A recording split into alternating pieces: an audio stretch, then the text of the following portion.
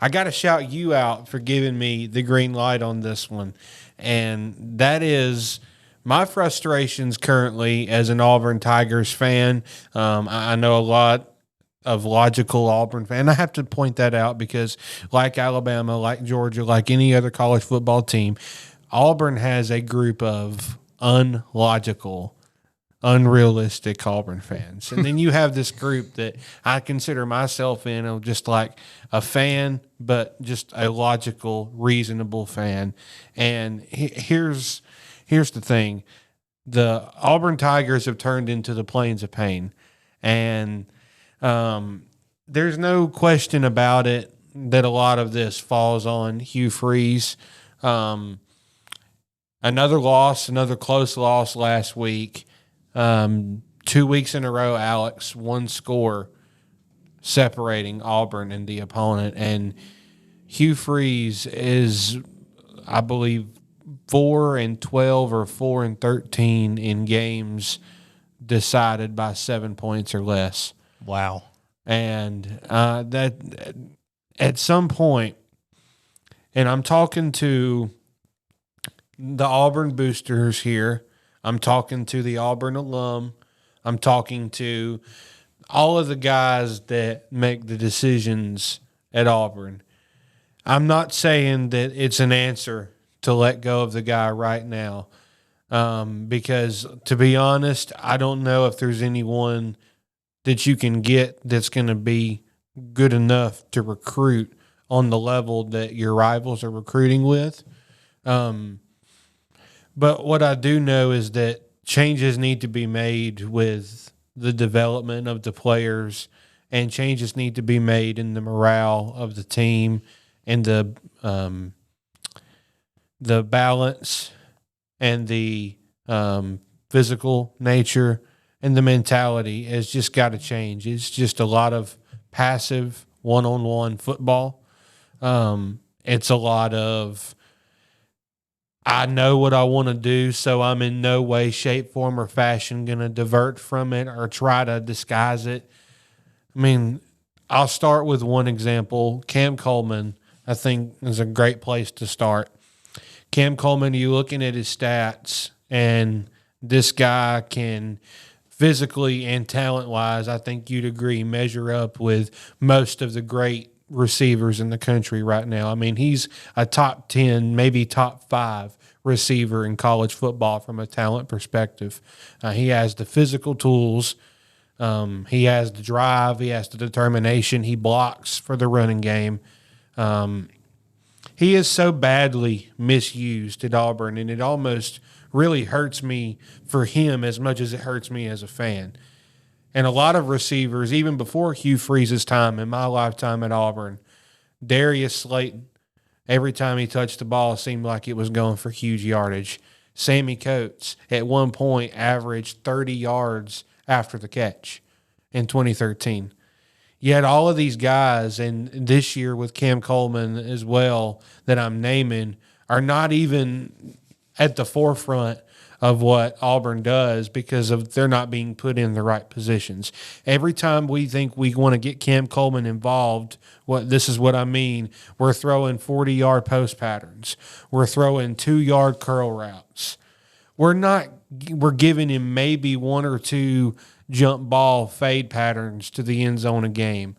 What are we doing to put him in a position to lead our receiving corps as a dominant receiver?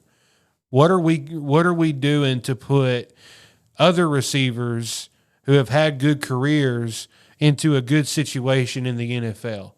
We're telling receivers, if you come to Auburn, especially running backs, if you come to Auburn this year, I mean, you have Damari Alston and Jeremiah Cobb who average well over 4.5 yards a touch after contact most of the time. These guys are dynamic playmakers, and you don't even hardly look at them in these last 2 road contests. I understand Damari Alston was banged up. Jeremiah Cobb has been outstanding. The offensive line did look very, very bad at times the last few weeks, especially Xavier Chaplin. I'm not even going to get started on him.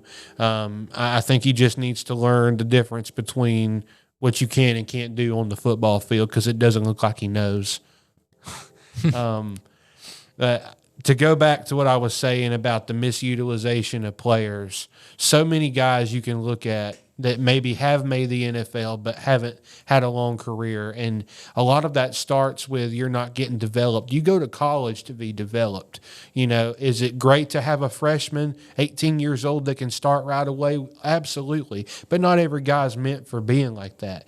You go to college to get developed and to get put in a position to make money for your family in the NFL. Now you get NIL in college, so that money factor is down. But we're not doing anything to keep our skill players wanting to be at Auburn. We're telling running backs, no matter if you average 4 yards a carry, we're not going to go to you in big contests. And we're telling receivers, no matter how dynamic you are at taking the hat off of a defense, we're going to limit you to downfield passes and 2 yards on a curl route. We're not going to let you have anything go over the middle, put you in any kind of good position. We're not going to do any of that because it's not what we want to do. Auburn alum, Auburn faithful, when are we going to be tired enough of giving these people chances that don't put our guys in positions that they need to be in to win football games against the elites of the world? We're there, but we're not there. We're not at that level, and we're not going to be if we keep letting decisions be made by people who obviously can't make them.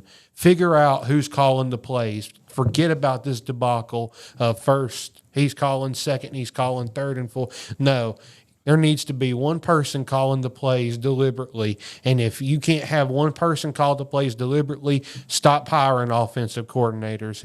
I've really had enough of Auburn's lackadaisical play calling. I think it cost us last week along with our offensive line play.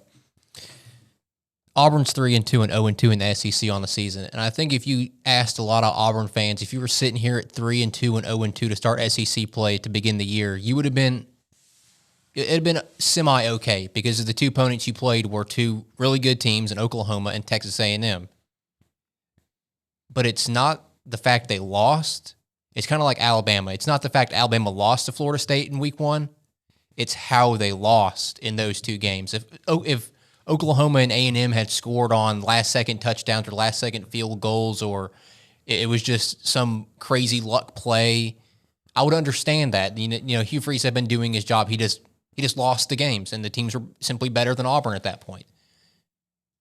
But the defense played better and well enough for Auburn to beat Texas A&M. The defense played well enough to beat Oklahoma. They did a great job against John Mateer in that game. And I understand the refs were horrible, and they didn't benefit Auburn in that matchup. But refs, you can't just sit here and blame refs every game, every time. Oh, well, they missed 3 holding calls in this game. That's the reason we lost.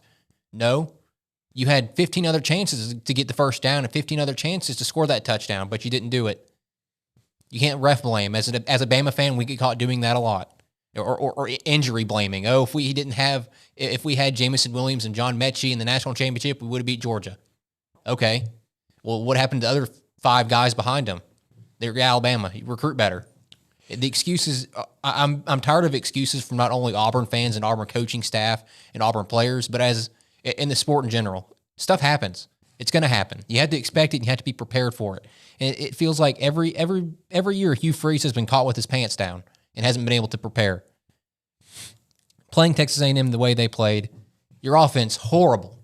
I have never seen a more inefficient and asleep at the wheel offense than I saw in that football game. 1 yard of offense in the fourth quarter. I believe that the interception by Xavier Atkins, the total yardage he got there was more than the total yardage Auburn had in the second half of that football game. It was awful. The only touchdown you scored was because Xavier Atkins got you down to the 2-yard line. And just looking at some stats, over the last 2 games, Auburn's average distance to go on third downs have been 11.5 yards and 10.7 yards. Auburn would have been better spiking the ball on first and second down and trying to run it on third down. And we can sit here and criticize run the football Hugh Freeze. But you can't run the football on a third down when it's third down and 12 or third down and 11. It goes with the first 2 downs. Why are we not running the football? And if you don't get the yardage, okay, throw the ball on 2nd and 3rd down, or throw the ball on 1st down, run it on 2nd down. It's apparent by the stats. And last game against A&M, 8 carries for the running backs, and you have your quarterback Jackson Arnold with 15 carries. And I get it, he's a scrambling quarterback, a dual threat, but he's not Johnny Manziel. He's not Tim Tebow. He's not Diego Pavia, as much as I hate Diego Pavia. He has legs, but it shouldn't be the first option for your offense. It should be, let's use our 2 talented running backs. Amen. Yeah. And give him the football and let him go. In the Oklahoma game, Jarquez Hunter broke off a 40-yard run, and he didn't see him the rest of the game. That showed me that Oklahoma knew that the pass was going to come, or was going to be a QB run. They were not prepared for the running back. Use the running backs. And again, you're not using them. And the wide receivers, you go out and spend X amount of dollars on Eric Singleton Jr. in the portal, the number 1 wide receiver available. Don't let him do anything but take an end-around carry and maybe get him on a small slant pattern. That's all that they let him do. You have Cam Coleman. We throw him a curl pass, or it's a 40-yard sideline bomb down the field. Nothing over the middle. Yeah. And last year he struggled catching those balls because he was anticipating getting hit. Same thing with Ryan Williams. He still has problems with that. But they're not going to learn if you don't give it to him in game moments. Perry Thompson, where's he at? Caden Proctor at Alabama had more receptions than he did this week, and he's a left tackle. Bryce Kane, where's he at?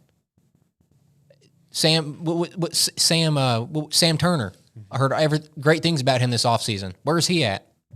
Hadn't been used at all. It goes back to the utilization. And you talk about those 8 carries, 5 of them on 3rd down and 5 or more. So 5 times of the 8 that you did run it, you ran it to concede the drive essentially and played the field position game. That's exactly what we're talking about. You don't mean to just point the finger at one person, but when an offense has looked the way that Auburn's has, you look at the head coach and you look at the quarterback, and Jackson Arnold holds on to the ball too long at times. Jackson Arnold has made a few bad decisions, but I also have seen a difference in Jackson Arnold and Peyton Thorne when he doesn't see something that he likes and he has time, he puts the football out of bounds and throws the football away. He has not thrown a really bad pass, but maybe one time this year, and it was not intercepted. And he does run the football effective when there's not so much pressure on him. The offensive line has got to be better on the tackle positions. Our offensive line coach that said that he would bench Xavier Chaplin if he had another false start penalty and did not, shame on you. And honestly, if I was Hugh Freeze, and if Hugh Freeze had, the ups about him to do this, a backbone, I would. That's why I said ups as a nice way. But yeah, basically, I was being blunt with it. Yeah, he gives me no reason not to be the way he coaches. And you have to have that. And if he did have that, I would tell the offensive line coach that he doesn't have to worry about coming back out, because what you're telling the backups is it doesn't matter if you work hard, and it doesn't matter if you work hard and the guy ahead of you makes a mistake, you're still not getting the field. It's still not enough. That's what we're talking about. Auburn is on the verge of losing a lot of players in the portal this offseason if this trend continues. If you're going to lose trying to be putting your guys in the right positions, and lose trying to play some other players. Lose trying to try different things instead of being so predictable. Run, pass, or pass, run on 3rd and long. It's easy for the defense to call if it's easy for me to call from my couch. You've just got to be better, Hugh Freeze, and you've got to get rid of the offensive play calling debacle. If you want to call the plays, call the plays. Stop having multiple people do it. It's a recipe for disaster, and you're seeing that, I think, right now. Auburn's 0-13 last week on 3rd downs, 3-27 on 3rd downs over the last 2 weeks. A&M had more rushing yards than Auburn had passing yards and rushing yards. 5 sacks allowed last week against A&M, 15 in the last 2 weeks, 23 combined penalties in the last 2 weeks. I don't see a bright spot on the offense. And people have been criticizing Xavier Chaplin all week long. Block. Why aren't you blocking? You're penalized so much. And some of that's his fault, but it's, again, another reason and another example of not being set up for success. Why is Auburn not on a silent count on the road at Texas A&M? Why are we trying to do a clap count? In a hostile environment where it's easily mistakable to mistake a coach clapping on the sideline or hearing a random clap from a fan two rows back in the stands or a random noise and jumping. That's what Xavier Chaplin's doing. He's hearing something or seeing something out of the corner of his eye. Oh, I got to go. I got to protect my quarterback. And then when he doesn't hear it and he's getting beat, that's another reason that's happening. That's how Ty Simpson was so successful against Georgia last week. They had a silent count, and he was going up to every single player on the offensive line and even the receivers that were close enough to him and saying, here it is, explaining different protections, explaining different things to them. And there was minimal mistakes from the offensive line. One of the best coach games I've seen from Kalen DeBoer and a quarterback at Alabama. Hugh Freeze and Jackson Arnold have no clue what's going on. No. And it goes back to Hugh Freeze and Kent Austin and Derek Nix. You got three heads of your offense over there, and we're still doing a clap count on one of the most hostile environments in college football. Three heads and no sense in any of them, apparently. I can't, and that's what I'm saying. If you be deliberate, one person take it over and do something now, because this is just embarrassing, and you're telling backups that they don't deserve to play, even if the guy ahead of them makes a mistake, and that's just not a recipe for good football whatsoever. To go back to what you were saying about players being put in the right positions. Auburn didn't even use Jeremiah Cobb situationally, like whatsoever. You've got to start using some more players. You've got to put your players in the right positions. And when the players are in the right positions and you still take the fall, at least you can take the fall and knowing that you were where you were supposed to be. And Auburn's just not been where they were supposed to be. You can't ask your defense to do anything more. Eventually, you just have to take ownership of it and just say, we got to be better. We got to move the football, and we got to find somebody that can execute what we're trying to do, or we got to find a different way to execute what we're wanting to do. And for Hugh Freeze, he can recruit all day long. He can get these 5 stars and these 4 stars and these number 1 players in the state of Alabama and so on and so forth. Got to develop. If you don't develop them, you don't coach them on the field, it means absolutely nothing. You can go be the coach at Texas Gulf Coast or whatever and have 1 and 2 stars and coach them up, and it'd be great. Hugh Freeze is a terrible in-game coach. I'm just going to say it bluntly. He's a terrible in-game coach. It's been proven to me for the past 3 years. Time to either go or improve and show me something. And he has done nothing over the past 3 years. And I don't want to hear, well, he doesn't have his guys. He's got to have time to develop them. This isn't 2010. This is the make or break year. You've had 2 or 3 full recruiting classes. You've got the cherry pick in several situations. You've got 2 offensive minds, if you want to even call yourselves that, along with Hugh Freeze. You've got assistants on the field, assistants in the booth. Somewhere along the way, when what hits the fan in the game, somebody's got to step up and say, no, this ain't going to fly. This is what we're doing. Somebody's got to make the adjustments. And if Hugh Freeze is not going to make the adjustments and the assistants are not going to make the adjustments, maybe it's time to clean house and shuffle the cards a little bit if you're Auburn, if this season continues to go this way. We'll see what happens there. We'll talk more about Auburn later on.